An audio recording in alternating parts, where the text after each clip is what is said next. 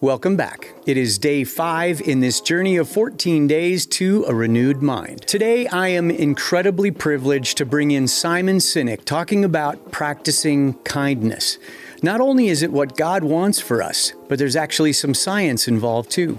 Acts of kindness, acts of generosity is how simple it is to make people feel good. I was walking down the streets of New York City, and a guy walking in front of me, his backpack opened and a bunch of paper fell out on the street. I didn't think much of it. I bent down, I gathered up the papers, handed them back to him, and pointed out that his bag had opened. Now, in our bodies, there's a chemical called oxytocin. Oxytocin is responsible for all the warm and fuzzies, unicorns and rainbows. It's responsible for all the warm feelings and connectedness we have with each other. Friendship, love.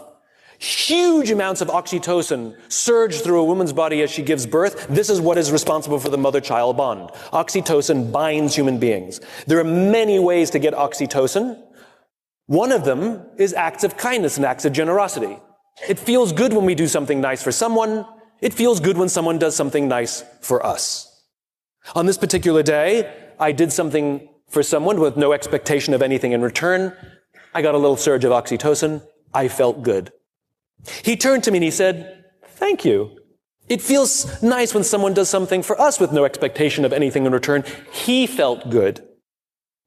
I walked to the end of the street. I'm waiting to cross the street. And a total stranger who happened to be standing next to me said, "I saw what you did back there. That was really cool."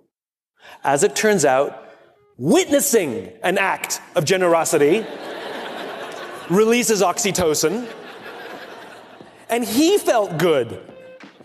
And the best part about oxytocin is the more oxytocin we have in our bodies, the more generous we become.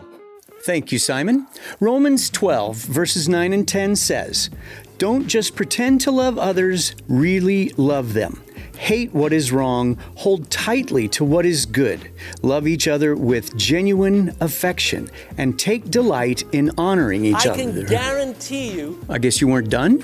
That man who witnessed what I did something nice for somebody that day simply because he saw someone do something nice for somebody that day. So what if we commit to do something nice for someone with no expectation of anything in return? Imagine what happens at work. Imagine what happens at home. Imagine what happens with our friends. But it must be genuine. Not much more to it than that. I'll see you tomorrow.